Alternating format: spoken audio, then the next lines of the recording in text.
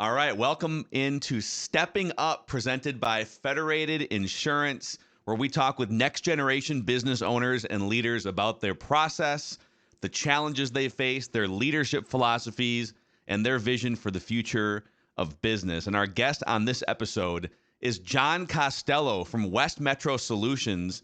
And I'm excited because we've never met before. I saw there was a feature about you in the Star Tribune like a week ago, and let me just ask you this. So you're juggling running a business and also you're still a student at St. Thomas, right? Yeah, I'm at St. Thomas right now. That's where we're at. Yeah, I got done with class about an hour ago. But then this morning I had to go out to my customer's office because we're working on a project out there. But yeah, so always kind of running around, making stuff happen, I guess. That's awesome, man. But before we get to just some of the questions I have about you and your background here, for the audience listening, give us like your 30-second elevator pitch for if someone says, "Hey, what is West Metro Solutions and why should I pay attention to it?" What is your elevator pitch? So I'm a national dealer of office furniture, primarily cubicles.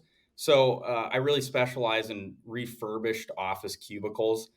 We also do pre-owned furniture, and I'm just working on getting a line of new furniture out in Asia. So Awesome, so man. yeah. Are you how did you come up with of all the different things you could choose to start a business while also juggling, a college schedule and everything? Why this business model? What was the opportunity and how did you spot this particular opportunity in a market here?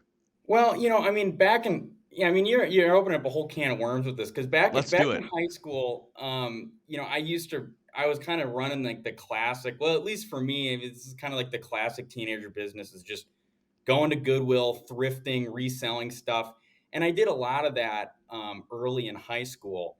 But I just always wanted it to get bigger and bigger and bigger, and I didn't see there being like a real opportunity in like hitting it big at Goodwill, you know what I mean?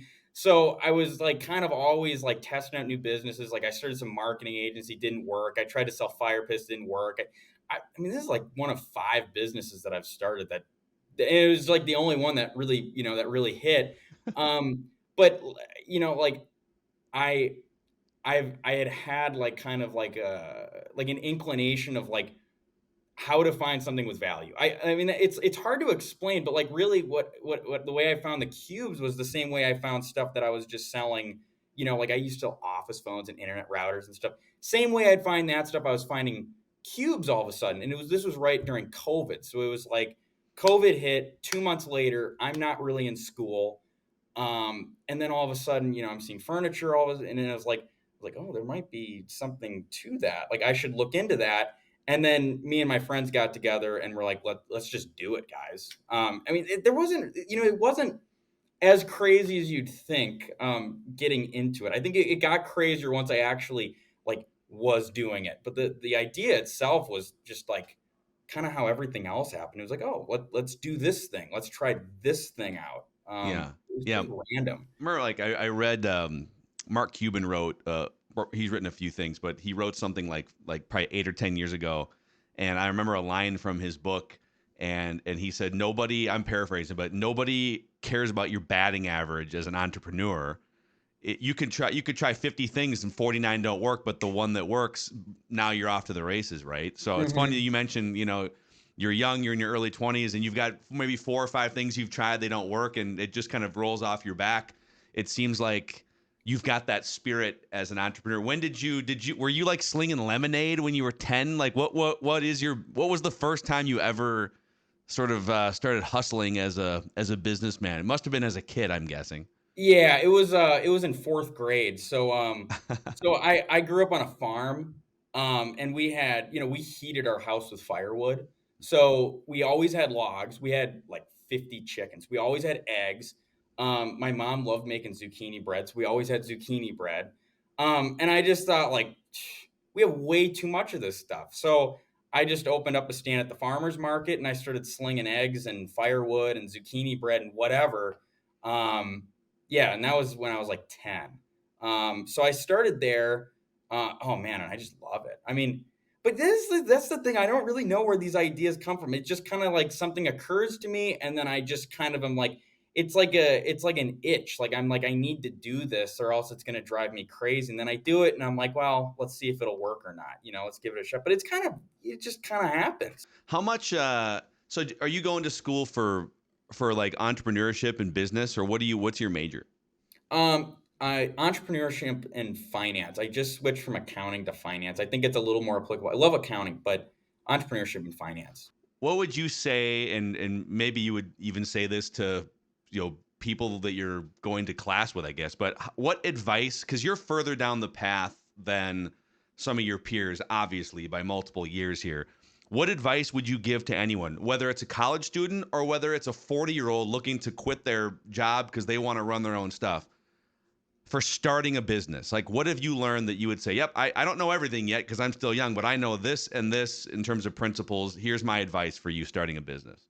Well, first and foremost, I'd say just jump into it. Because my friends talk to me about like wanting to start businesses, and they always talk about like research and this and that.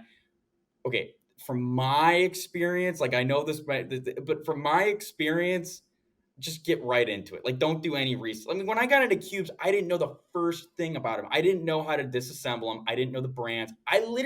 Me and my friends showed up with like every tool that we could find. We like a crowbar, a sledgehammer. We showed up with any tool you could imagine because we were like, we don't know how to take it apart, but we're committing ourselves to something and we're saying we need to figure it out. And the only times that I really learn anything is when I put myself in really high stress situations, and I always figure it out. And that's how it is with anyone else. If you put yourself in this situation, you'll figure it out. You put yourself in the hot seat. So just do it.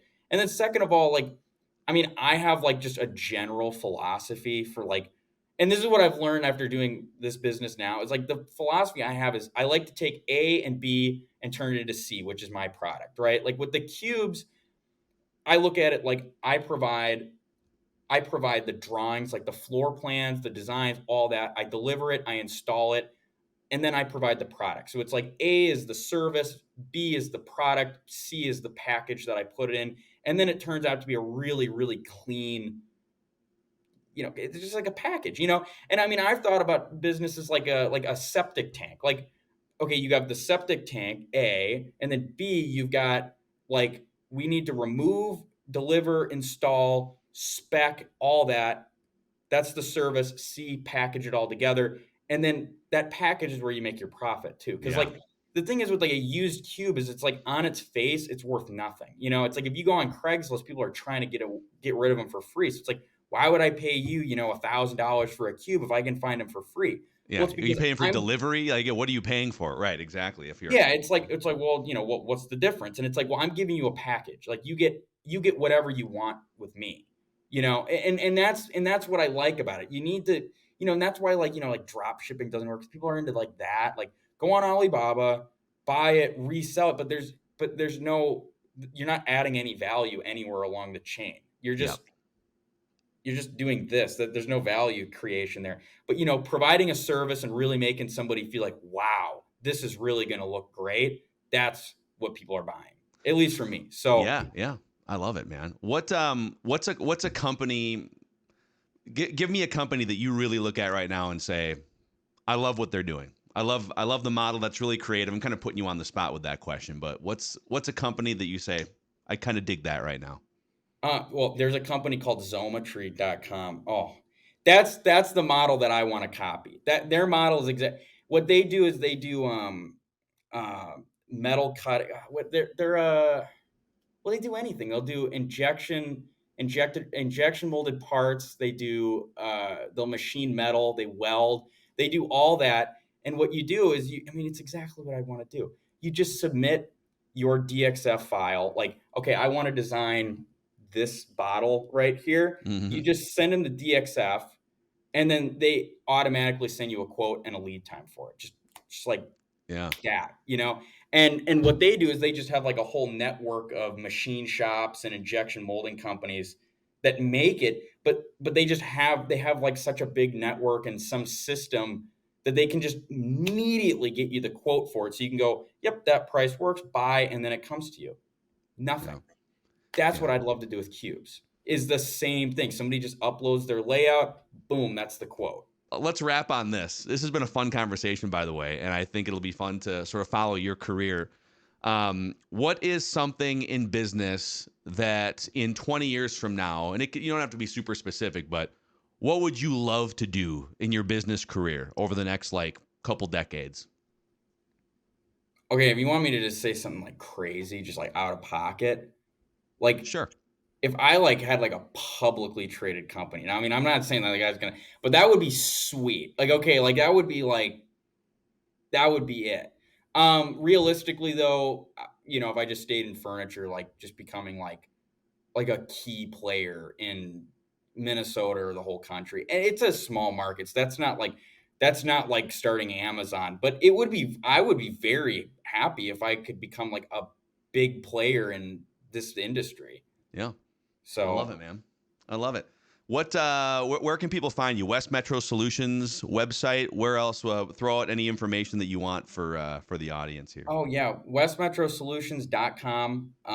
You can find me on, well, anything, eBay, Craigslist, Facebook, anywhere really. But if you need furniture, yeah, westmetrosolutions.com. We have any kind of any kind of furniture, any kind of cubicle, anywhere in the whole country that's new, refurbished, used at the best price. So, Love it. There is John Costello here, and I'm Phil Mackey, and this has been Stepping Up, presented by Federated Insurance. We'll see you next time.